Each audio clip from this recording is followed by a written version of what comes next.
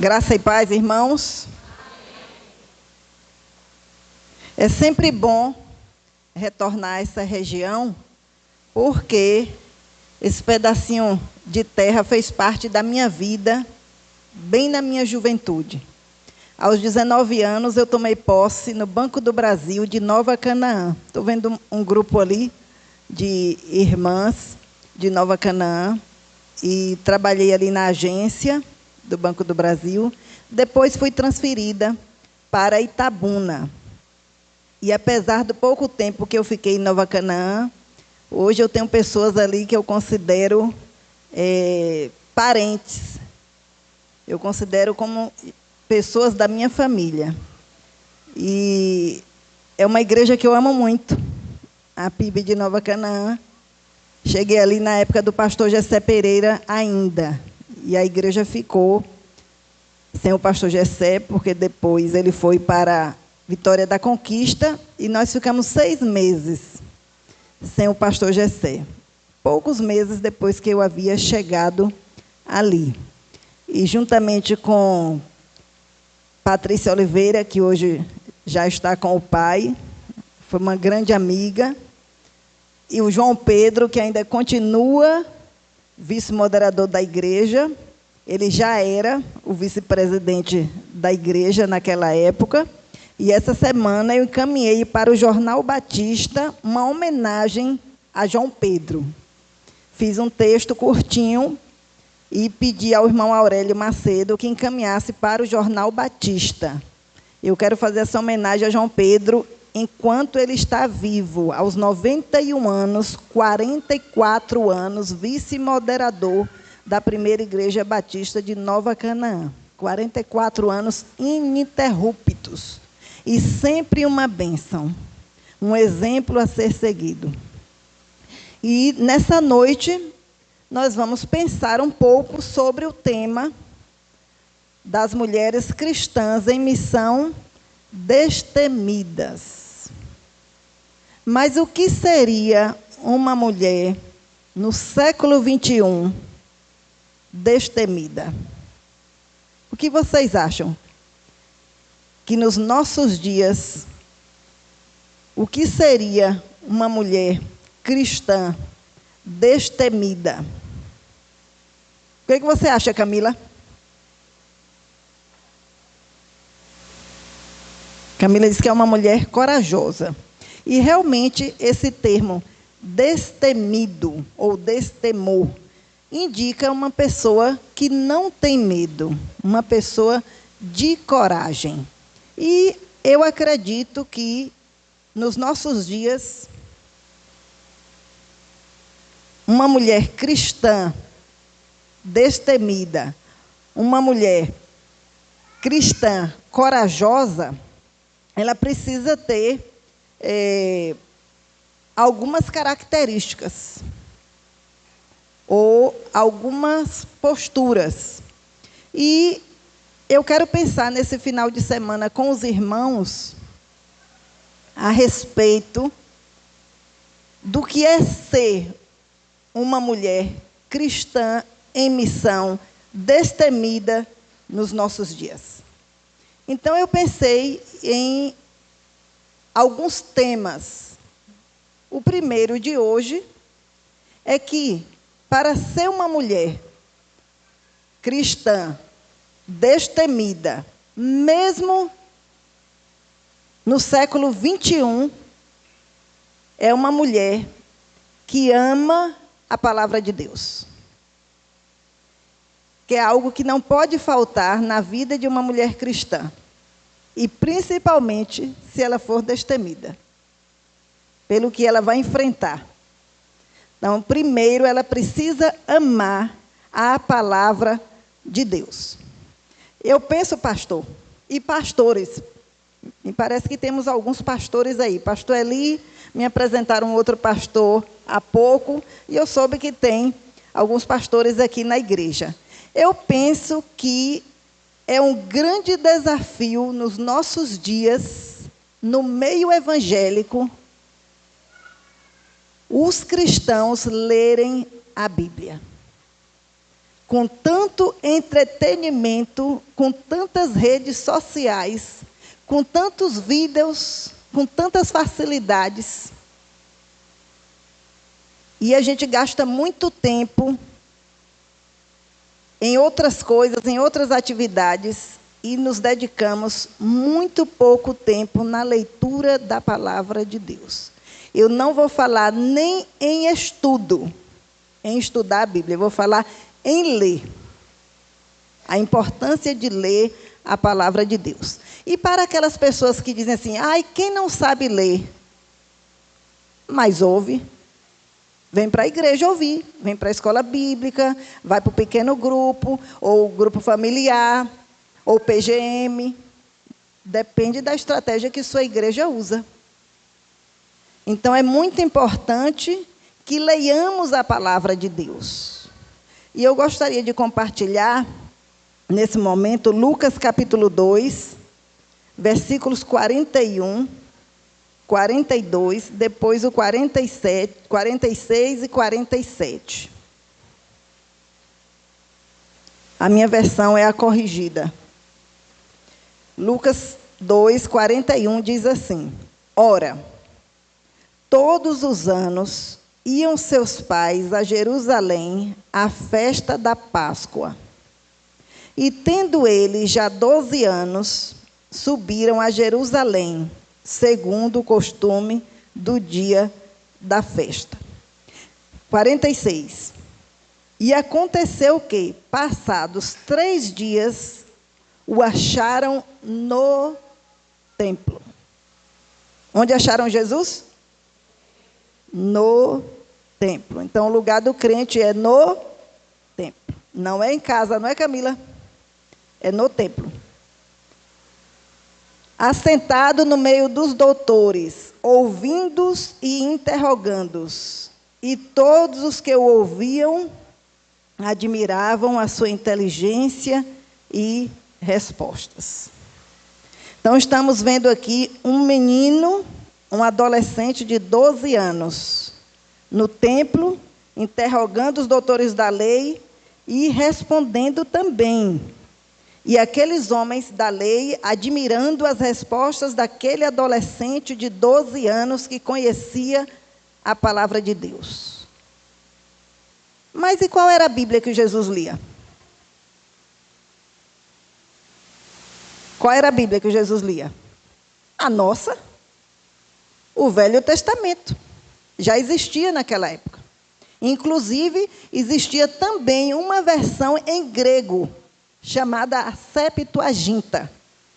Então, existia o Velho Testamento na língua hebraica, com pequenos textos, pouquíssimos, em aramaico, por conta do cativeiro babilônico, e também uma versão em grego. E Jesus conhecia a palavra de Deus aos 12 anos. Mas aí a gente pode pensar o seguinte, mas Jesus era Deus. 100%. Jesus era Deus. Mas também era homem 100%. Então, o fato de Jesus ser Deus, não era pelo fato de ele ser Deus que ele conhecia a palavra, mas era porque ele lia a palavra de Deus e tinha também pais comprometidos com a igreja, com o trabalho do reino de Deus e com a palavra de Deus. Porque Jesus não foi sozinho para Jerusalém. Jesus foi levado pelos pais. No versículo 41, ora, todos os anos iam seus pais a Jerusalém à festa da Páscoa. Nós sabemos que entre os judeus haviam várias festas, 7 principais, chamadas de 7 festas solenes, ou convocações santas. Dentre essas 7, 3 eram obrigatórias, obrigatórias para os judeus que estivessem em Jerusalém, no templo, que era a Páscoa, Tabernáculos e Pentecostes. Então, essas 3 festas, os judeus se dirigiam, saíam das suas cidades circunvizinhas, assim como o pessoal de Canaã veio hoje para Iguaí. Então, aí os judeus saíam de suas cidades, ali próximas, Cafarnaum, Belém, Nazaré, e se dirigiam até Jerusalém, que era onde ficava o templo, aquela mesma Jerusalém que está ali em conflito hoje. Aquela mesquita chamada Domo da Rocha, que tem aquela cúpula dourada, ali era o templo em Jerusalém.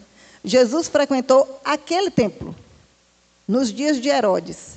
Aquele muro que passa na televisão, que a gente vê os judeus chorando, orando, faz parte do muro. Inclusive, tem uma parte original ainda. A primeira parte ali é do templo de Salomão, tem uma outra parte do templo de Esdras, e a parte mais alta é da época do rei Herodes, que mandou ampliar e reformar o templo, e ficou um templo suntuoso, que foi o templo que Jesus conheceu. E frequentou e cumpriu todas as festas. Jesus participava daquelas festas solenes que Deus instituiu lá no deserto, através de Moisés. Então, nós, como cristãos, não podemos desprezar as instruções da palavra de Deus e nem a nossa frequência na casa do Senhor. Porque esse local aqui foi escolhido para adoração a Deus. Nós também somos o templo do Espírito Santo, mas aqui nós somos igreja. A soma dos vários templos, não é? Templo do Espírito Santo, mas aqui nós somos igreja. Então, a gente pode ser igreja em casa, sim, mas o local de adoração coletiva é esse aqui. Então, nós temos também que dar esse valor. E aqui nós aprendemos muito da palavra de Deus, através dos irmãos, das experiências, dos pastores, dos líderes, dos professores de escola bíblica dominical, todos que vêm aqui compartilhar a sua experiência com a palavra de Deus. Então, é muito importante que sigamos o exemplo de Jesus. Lá em Mateus, capítulo 4, versículo 4, como foi que Jesus respondeu ao tentador? Com o quê? Está escrito. Jesus não inventou nada. Ele respondeu de acordo com a palavra de Deus. E se ele não conhecesse a palavra? O tentador disse assim: se tu és o Cristo, transforma essas pedras em pães. E o que foi que Jesus disse? Nem só de pão viverá o homem, mas de toda palavra da boca de Deus. A boca de Deus. E a gente precisa conhecer, principalmente nesses dias que estamos vivendo de muita heresia por aí. Eu falo para os meus alunos de escola bíblica dominical, eu tenho 2 classes, uma virtual na quinta e uma mista de jovens e adultos aos domingos. Cuidado com o que vocês estão assistindo no YouTube, ou no Face, ou na televisão. Porque tem muita coisa aí que parece. Então, a gente tem que ter cuidado e a gente tem que estudar a palavra de Deus e pedir discernimento ao Senhor e sabedoria. E uma outra coisa que a gente tem que pensar é que a palavra de Deus, ela transforma a nossa vida. Deus fala conosco através dela. Ela é o espelho, ela é o nosso espelho. Porque é através dela que eu vou me conhecer e me reconhecer como pecadora. Olha, eu sempre gostei de andar com um Novo Testamento na minha bolsa, quando eu trabalhava. Agora já estou aposentada há 4 anos e meio. Eu fui caixa do Banco do Brasil por muitos anos. E quando eu fui transferida, eu fui trabalhar na agência da Praça Olinto Leone, ali em Itabuna, no centro. E era uma agência muito cheia, sempre muito cheia. E o caixa ele não podia ficar conversando muito tempo com o cliente, porque não tinha condição de a gente conversar com ninguém. E um dia, na década de 90, chegou um senhor que eu não tinha muita intimidade, cliente nosso, seu Manuel. E ele chegou até o meu caixa, Deus o colocou ali, e ele simplesmente falou assim: Dona Valdeci, tinha 2 meses que eu não saía, porque eu estou com depressão. E rapidamente eu não perguntei os motivos, eu não tinha condição de conversar com o seu Manuel, apenas me abaixei para pegar minha bolsa e tirei o Novo Testamento da bolsa e dei para o seu Manuel. Eu disse: seu Manuel, o senhor vai ler aqui esse livro todos os dias. E marquei o Evangelho de João, porque eu considero que é mais fácil para quem está começando a ler a Bíblia. E seu Manuel saiu. E passado alguns meses, uns 2 ou 3 meses, ele retornou. E disse: Dona Valdeci, eu estou curado. Algumas vezes eu vi também meu pai com depressão. E eu levava para o psiquiatra e comprar remédios caros. E eu saía para o trabalho, ele morou alguns anos comigo, e eu deixava ele lendo a Bíblia. Com pouco tempo, meu pai estava curado. Não perdia uma vigília, não perdia um culto matutino. Hoje está com 83 anos. Nem remédio para hipertensão toma. Começou a tomar remédio para o diabetes, acho que há uns 2 anos. Com 83 anos. Come tudo. Graças a Deus. É um homem apaixonado pela palavra de Deus. E até hoje jejua. Não faz mais aqueles jejuns assim, muito prolongados, mas ainda faz. E não larga a igreja dele. Faça sol, faça chuva. Tinha um culto lá na Avenida de Ilhéus, eu moro no Conceição. 6 horas da manhã, 5h30 ele saía de casa. Quando eu levantava, ele já tinha saído. Aí, às vezes, eu reclamava com ele: por que o senhor não me chamou para eu te levar? Não, tenho que andar. Todos os dias. E assim ele vem vencendo as suas lutas, porque as nossas lutas não são poucas. Eu acredito que eu tenho lutas e que vocês também têm. Quando não é de um jeito, é de outro. E no ano de 2000, eu tenho o hábito de ler a Bíblia à noite, antes de dormir. Mesmo que eu leia durante o dia, eu tenho essa prática há muitos anos, de ler. Quando eu trabalhava, que eu chegava muito cansada, eu lia pelo menos 3 salmos, antes de dormir. Essa é uma prática diária. Não importa onde eu esteja, se no avião viajando, se no navio, se na fazenda, se na roça, se na praia, em retiro, eu não gosto de deixar de ler a palavra de Deus. É coisa minha. E um domingo, o último domingo de outubro de 2000, pastor Hélio Lourenço, que era o pastor da Igreja Batista Teosópolis, hoje já falecido, ele pregou sobre o livro de Jó. E aí eu pensei, eu disse: nunca mais li o livro de Jó, vou voltar a ler. E naquele domingo à noite, peguei o livro de Jó para ler e continuei lendo até a quinta-feira de madrugada. Na quinta-feira, eu abri assim a Bíblia e abri no livro de Jeremias. Normalmente eu não tiro sorte com a Bíblia não, viu? Não faço isso não. Mas naquela noite, eu abri simplesmente a Bíblia no livro de Jeremias. Nessa época, o gerente tinha me colocado para trabalhar dentro da Justiça do Trabalho, Tribunal Regional do Trabalho, em Itabuna, que ficava ali na rua Rio Branco, Avenida Rio Branco, ali no centro de Itabuna. Então, eu comecei a trabalhar em janeiro. Por 10 meses consecutivos, eu fiz o mesmo caminho, o mesmo percurso, no mesmo horário. Então, eu moro ali no alto do Jardim dos Eucaliptos, no Conceição. Quem conhece Itabuna sabe onde é. Então, eu descia, passava ali pela lateral da Igreja Católica, do bairro da Conceição, atravessava a ponte de pedestre, quem conhece está aí se situando, ia até a Praça Olinto Leone, na agência, pegava meus relatórios. Naquela época ainda não era, todo o sistema ainda não era informatizado. Aí eu pegava meus relatórios e voltava para a cabeceira da ponte, que era onde ficava as 3 varas do Tribunal Regional do Trabalho. E a minha sala, onde eu atuava, ficava no porão. Então, a gente entrava assim, no térreo, descia uma escada, lá estava a sala do Banco do Brasil e um posto também da Caixa Econômica. Mas no dia 3 de novembro de 2000,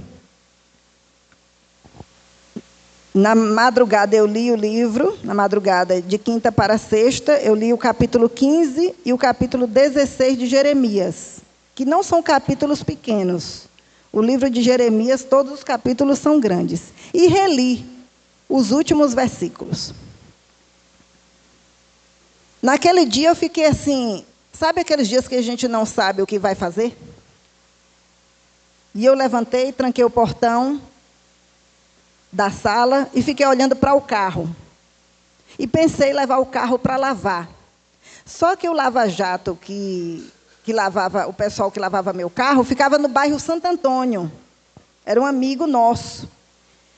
E aí eu disse, Suélia, me dê a chave do carro. E peguei o carro e não segui direto para o bairro Santo Antônio. Naquele dia, depois de 10 meses seguindo, fazendo o mesmo roteiro, eu parei no fundo da igreja, onde tem a quadra, desci, entrei na igreja, pastor, sem ter nada para fazer lá. Fui até a secretaria, conversei com as meninas e saí. Aí peguei o carro, segui. Nós temos 4 pontes em Itabuna. Temos a ponte do São Caetano, a ponte do Marabá, a ponte de pedestre e a outra ponte, que a gente chama de a Ponte Nova. É uma ponte em forma de arco. Então, eu segui pela ponte do São Caetano, a mais distante do posto que eu trabalhava. Mas era porque eu estava com o pensamento de ir para o bairro Santo Antônio, lá pela rodoviária, subindo ao Almirante Tamandaré. E quando eu cheguei em frente ao Jardim do Ó, atravessei a ponte do São Caetano, eu orei ao volante. Senhor, guia meus passos. E, de repente, eu não segui Almirante Tamandaré, peguei a Cinquentenário, a Avenida Cinquentenário, que é a principal. Parei na Avenida Cinquentenário, fui até a agência, peguei os meus relatórios, voltei para o carro e segui em direção ao Tribunal Regional do Trabalho. Eu entrava às 11, pela primeira vez, entrei ali na bateria do caixa, era um quadradinho assim, a bateria, dentro do posto. E aqui tinha uma portinha, aqui assim um sofá. E naquele dia, pela primeira vez, eu tranquei a porta. E tirei a chave e coloquei na minha gaveta. Naquele posto havia um terminal de autoatendimento, fora do posto, praticamente embaixo da escada. E eu falava para o gerente, aquele terminal é muito perigoso para eu abastecer. Nós tínhamos 2 seguranças. E 2 na caixa. 2 ficavam lá na porta, na entrada do prédio. Um comigo, o do Banco do Brasil, e o da Caixa com o colega da Caixa Econômica, lá no outro posto. Mas, por enquanto, era eu que estava abastecendo como caixa. Então, eu tinha que liberar os clientes da fila para depois abastecer, quando o carro forte me entregava o dinheiro. E 2 meses antes, vejam o cuidado de Deus com a nossa vida. 2 meses antes, o gerente de administração esteve ali naquele posto. E foi entrando. E ele não tinha costume de ir lá, eu só me lembro dele aquela vez. E ele entrou e tinha um cofre grande e um menor, que era o que eu usava. Um grande. Aí ele disse assim, o que tem dentro desse cofre? O grande estava trancado, eu nunca abri. Eu disse, eu não sei. Ninguém sabia o segredo, ninguém tinha a chave. Eu só usava o pequeno, porque foi assim que o meu colega, que me antecedeu, passou o serviço para mim. Aí ele disse assim, mande chamar um chaveiro, porque se tiver um sinistro aqui, você vai morrer por causa desse cofre. 2 meses antes. No mesmo dia, eu obedeci. Liguei para um chaveiro e ele foi lá, teve que arrombar o cofre, e nunca mais eu fechei aquele cofre.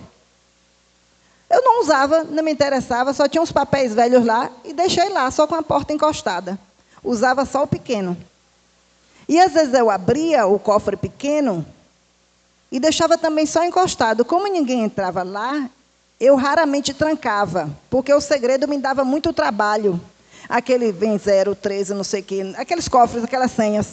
E ali, às vezes, eu suava, não dava certo, aí eu voltava de novo e já estava em cima do horário. Então, às vezes, eu deixava lá encostadinho. E naquele dia, eu deixei encostada a porta do cofre, do pequeno. E o grande eu nunca fechei. Então, naquele dia 3/11/2000, quando eu me levantei para pegar o talão de cheque de um diácono da primeira igreja batista de Itabuna, Deus mandou também um intercessor para mim, naquele dia. Era diácono da igreja. Era vizinho, eu abri a conta dele lá, e ele foi pegar o talão de cheque. Mas ele não foi pegar o talão, ele foi orar por mim. Deus mandou. E eu conferindo o dinheiro do cliente, quando eu me levantei, que baixei a cabeça para pegar o talão de cheque no armário, eu só ouvi a voz dizer assim, é um assalto. E quando eu olhei, o rapaz estava apontando uma arma para mim. E o nosso segurança, rendido por outro marginal. E aquele rapaz que apontou a arma para mim, na mesma hora, ele deu um salto e já estava do meu lado, eu não sei como. Tudo muito rápido, e com a arma na minha cabeça. Os cofres, os cofres, os cofres. E aí eu imaginei rapidamente que ele não ia acreditar se eu dissesse que o dinheiro não estava lá. 12h15, mais ou menos, 12h10, o carro forte me entregou o malote daquele autoatendimento que ficava lá fora. Eu recebi o malote e coloquei na minha gaveta embaixo. Então, primeiro eu fui com ele mostrar os cofres, porque ele não ia acreditar. Aí eu abri o pequeno, abri o grande que já estava aberto, não tinha nada, e o pequeno ainda tinha R$5.000 naquela época, dilacerado, e ele nem viu, nem pegou. E eu disse, aqui não tem dinheiro. Aí ele olhou assim, rapidamente, e nós voltamos para pegar o malote que o carro forte tinha deixado comigo.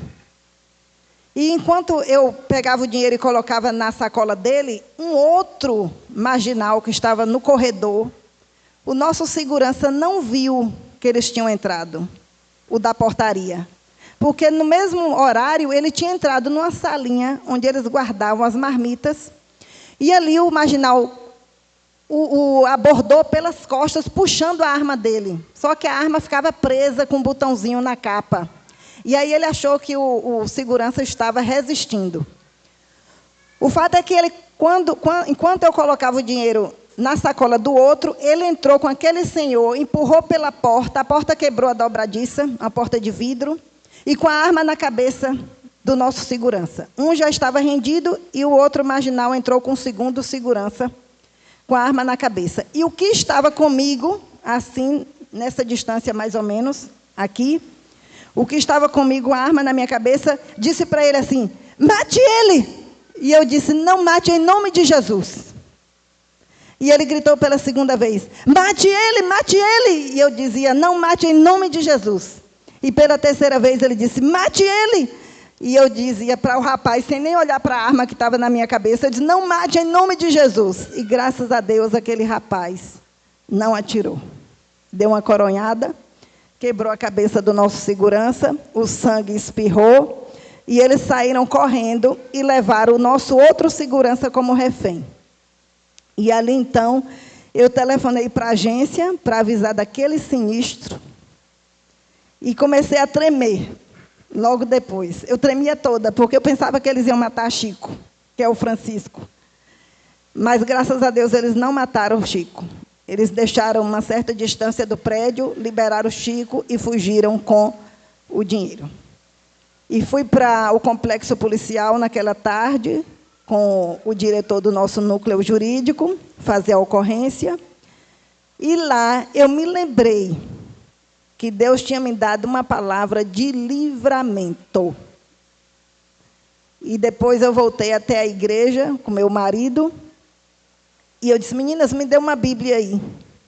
Naquela tarde mesmo, quando cheguei na igreja. E fui ler a palavra que Deus tinha me dado naquela madrugada. Jeremias capítulo 15, 20, 21 e 16, 21. Que diz assim, e eu te porei contra este povo, como forte muro de bronze, e pelejarão contra ti, mas não prevalecerão contra ti, porque eu sou contigo para te guardar, para te livrar deles, diz o Senhor, e arrebatar-te-ei da mão dos malignos, e livrar-te-ei das mãos dos fortes. E o 16, 21. Portanto, eis que lhes farei conhecer, desta vez lhes farei conhecer a minha mão e o meu poder, e saberão que o meu nome é o Senhor. E quando eu cheguei ali no complexo policial, o escrivão encerrou a ocorrência dizendo assim: e a funcionária disse: não mate em nome de Jesus. E esse é o nosso Deus, que diz: não temas, porque eu sou contigo. Não te assombres, porque eu sou o teu Deus. Eu te esforço, eu te ajudo, eu te sustento com a destra da minha justiça. E duas irmãs, eu me lembro bem, eu fiquei uns dias com medo, passei uns 30 dias assim um pouco assombrada, quando a pessoa andava muito rápido atrás de mim, eu me assustava, e eu me lembro muito bem que duas irmãs muito consagradas da nossa igreja me abordaram no corredor da igreja, dias diferentes, e recitaram esse versículo para mim. Isaías 41, 10. Vamos recitar? Não temas, porque eu sou contigo. Não te assombres, porque eu sou o teu Deus. Eu te esforço e te ajudo, e te sustento com a destra da minha justiça. Queridos irmãos, nós temos uma irmã chamada Cira. Conversei com ela ontem.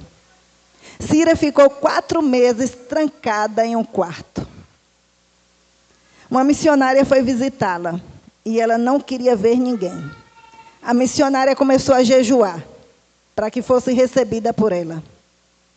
Depois de alguns dias de jejum, Cira recebeu aquela missionária. E a missionária disse assim: leia um capítulo de Salmos, um capítulo de Provérbios e um capítulo de Eclesiastes. Quando o livro de Eclesiastes terminar, você recomeça até você terminar os 150 salmos. Depois do primeiro dia, Cira já estava melhor. Depois de um mês, Cira já estava curada. Porque a palavra de Deus é viva e eficaz, e mais penetrante do que qualquer espada de 2 gumes, e penetra até a divisão das juntas e medulas, da alma e do espírito, e é apta para discernir as intenções, os pensamentos e as intenções do coração. Hebreus 4:12. Porque a fé vem pelo ouvir, e o ouvir da palavra de Deus. E conhecereis a verdade, e a verdade vos libertará. Quem é a verdade? Jesus, e aqui está a sua palavra. Eu sou o caminho, a verdade e a vida, e ninguém vai ao Pai senão por mim. Temos que crer nessa palavra. Temos que pregar essa palavra. E temos que amar essa palavra, se quisermos ser mulheres destemidas nesse tempo difícil que nós estamos vivendo. Se queremos filhos salvos, transformados, libertos pelo poder de Deus, porque a palavra de Deus é o poder. Ela tem poder de transformar, de salvar, de libertar. É a palavra de Deus que não volta vazia. Não é a palavra de Val aqui. É a palavra de Deus. Não é a palavra do pastor Gamaliel. É a palavra de Deus que não volta vazia. Que o Senhor nos abençoe. Amanhã estaremos aqui, se Deus permitir, e se Jesus não voltar. Muito obrigada.